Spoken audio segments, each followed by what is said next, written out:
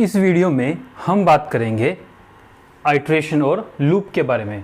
हमारे पास दो आइट्रेशन या लूप होते हैं, एक होता है फॉर लूप और एक होता है वाइल लूप। तो इसको पाइथन में कैसे यूज़ करेंगे वो हम देखेंगे, लेकिन उससे पहले एक इनबिल्ट फंक्शन है। ये क्या है? इनबिल्ट फंक्शन, मतलब ये पाइथन के अंदर ऑलरेडी डिफाइंड फंक्शन है जिसका नाम है रेंज। रेंज के अंदर 3 पैरामीटर आते हैं, ठीक है। सबसे पहला है स्टार्ट, दूसरा है स्टॉप और तीसरा है स्टेप, ठीक है। बारी बारी से इसको देख लेते हैं कैसे यूज़ कर सकते हैं। तो इसके अंदर आप जैसे न्यूमेरिकल वैल्यू को यूज़ कर सकते हैं, ठीक है।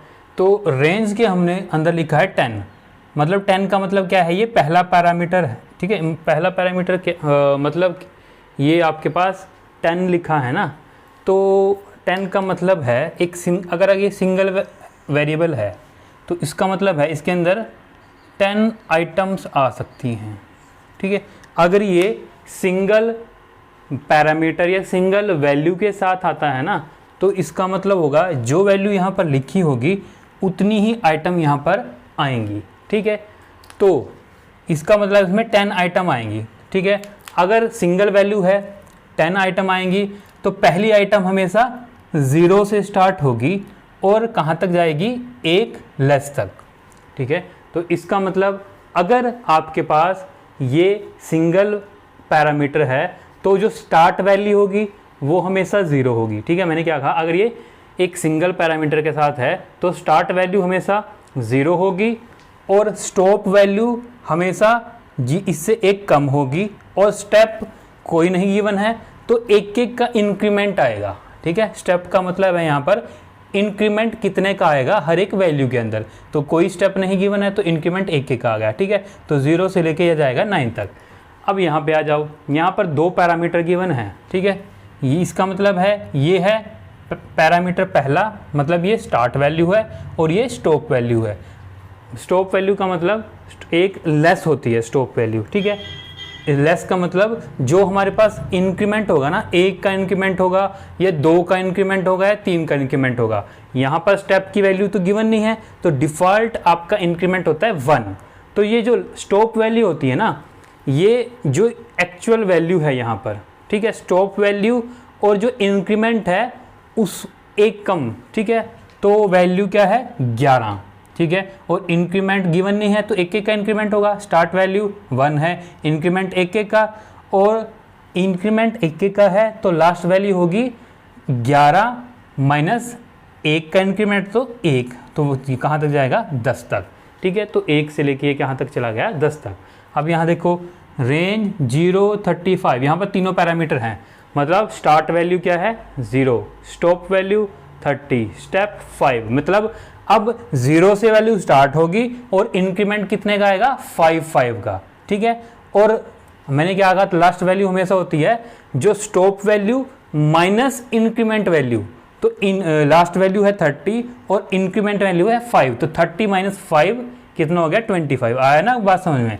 कि जो लास्ट वैल्यू होती है ना, वो लास्ट वैल्यू होती है स्टॉप वैल्यू माइनस इंक्रीमेंट। यहाँ पर इंक्रीमेंट कितने का है? 5 का, तो 30 माइनस 5 कितना आ गया? 25। स्टार्ट वैल्यू 0, इंक्रीमेंट 5 का है तो 5, 10, 15, 20 और लास्ट वैल्यू 25। अब यहाँ पर रेंज 0, ठीक है। स्टॉप वैल्यू ये आ गई 9 और ये क्या आ गया? -1। तो स्टार्ट वैल्यू तो 0 ही है, लास्ट वैल्यू क्या होगी? जो स्टॉप वैल्यू है वो माइनस, अब इंक्रीमेंट या डिक्रीमेंट क्या? इंक्रीमेंट क्या गिवन है? 1, तो ये -1, तो माइनस माइनस कितना हो जाएगा? प्लस, तो यहाँ पर लास्ट वैल्यू आ जाएगी -8, ठीक है बात। तो इस तरह से ये इसमें वैल्यूज़ बनती हैं। तो इसी रेंज फंक्शन का हम यूज़ करेंगे फॉर लूप में, ठीक है। तो यहाँ पर फॉर लूप का होता है फॉर आपके पास पैरामीटर मतलब कीवर्ड, फिर एक यहाँ पर वेरिएबल होगा, फिर इन कीवर्ड है, फिर यहाँ पर रेंज आएगी, फिर कॉलन, फिर इस फॉर लूप की बॉडी, और यहाँ पर लास्ट में एल्स क्या है? ऑप्शनल है, ठीक है। आप फॉर के बाद एल्स इस्तेमाल कर भी सकते हो और नहीं भी, ये ऑप्शनल है आपके पास। तो एग्जांपल देख लेते हैं। हमने यूज़ किया नंबर इक्वल्स टू 3, हमने लिखा 4, यहाँ पर ये कंट्रोल वेरिएबल आई है, इन आपके पास एक कीवर्ड है रेंज, कह दिया 1 से लेके 11। 1 से लेके 11 का मतलब क्या है, इसके अंदर वैल्यूज आएंगी 1 से लेके 10 तक, ठीक है। फिर प्रिंट लिख दिया नम, यहाँ पर एक ये नम की वैल्यू, क्योंकि ये बिना कोट्स के है ना, तो ये आ जाएगा आपके पास सिंपल इसकी वैल्यू। फिर ये सिंगल कोट्स के अंदर है, ये है मल्टीप्लाई का साइन, ये एक मैसेज है, क्योंकि सिंगल कोट या डबल कोट में जो भी है, यहाँ सिंगल कोट है फिलहाल, ठीक है। सिंगल कोट में जो होगा वो एक मैसेज होगा, ठीक है। फिर कॉमा लिखा आई, आई की वैल्यू क्या होगी, आई की वैल्यू होगी जो इस रेंज की वैल्यू होगी। तो ये याद रखना है, यहाँ पर जो कंट्रोल वेरिएबल होगा ना, उसकी वैल्यू यहाँ पर गिवन वैल्यू में से होगी, ठीक है। क्या होगी, आई की वैल्यू यहाँ पर जो गिवन वैल्यूज होंगी ना, उनमें से ही आएगी। अब यहाँ पर गिवन वैल्यू किसकी वजह से आ रही हैं, रेंज की वजह से। तो रेंज की वैल्यू कहाँ से कहाँ तक आएंगे, 1 से लेके 10 तक। तो इस आई की वैल्यू इस रेंज फंक्शन की वजह से कहाँ तक जाएंगी, 1 से लेके 10 तक, ठीक है। तो आई की जो भी वैल्यू होगी वो एक सिंपल प्रिंट हो जाएगी, क्योंकि सिंगल कोट्स में तो है नहीं, तो आई की जो वैल्यू होगी वो प्रिंट हो जाएगी, नंबर की जो वैल्यू होगी वो प्रिंट हो जाएगी। फिर इक्वल सिंगल कोट में है, एक मैसेज की तरह प्रिंट हो जाएगा। फिर लिखा है नंबर मल्टीप्लाई आई, तो नंबर की जो वैल्यू होगी, आई की जो वैल्यू होगी, उसका मल्टीप्लिकेशन आ जाएगा। तो आप देख सकते हैं ये सिंपल क्या है, एक टेबल है, मतलब ये क्या बन जाएगा, एक 3 का टेबल। तो जब ये चलेगा इस तरह से आपके पास प्रिंट होगा, पहले नंबर की वैल्यू 3 है, 3 इनिशियली आई की वैल्यू 1, फिर ये प्रिंट होगा मैसेज मल्टीप्लाई आई की वैल्यू 1, फिर इक्वल एक मैसेज की तरह प्रिंट होगा, 3 इंटू 1 कितना हो जाएगा, 3। फिर नेक्स्ट लाइन पे जाएगा, नेक्स्ट टाइम आई की वैल्यू कितनी हो जाएगी, 2। फिर नंबर ऐसे कैसा प्रिंट होगा, मल्टीप्लाई ऐसे प्रिंट आ जाएगा, आई की वैल्यू अब कितनी हो गई, 2, और यहाँ पर नंबर इंटू आई, ये मैसेज प्रिंट हो गया। फिर उसके बाद नंबर इंटू आई, 3 इंटू 2 कितना आ गया, 6। फिर नेक्स्ट जाएगा, आई की वैल्यू कितनी हो जाएगी, 3, ठीक है। फिर नंबर 3 का 3, क्योंकि नंबर की वैल्यू तो 3 है ना, नंबर तो चेंज नहीं हो रहा, सिर्फ फॉर लूप की वजह से आई की वैल्यू चेंज हो रही है, ठीक है। फिर ये मैसेज मल्टीप्लाई प्रिंट होगा, आई की वैल्यू अब 3 हो गई। फिर ये एक मैसेज प्रिंट होगा इक्वल, अब 3 इंटू 3, ठीक है, 9।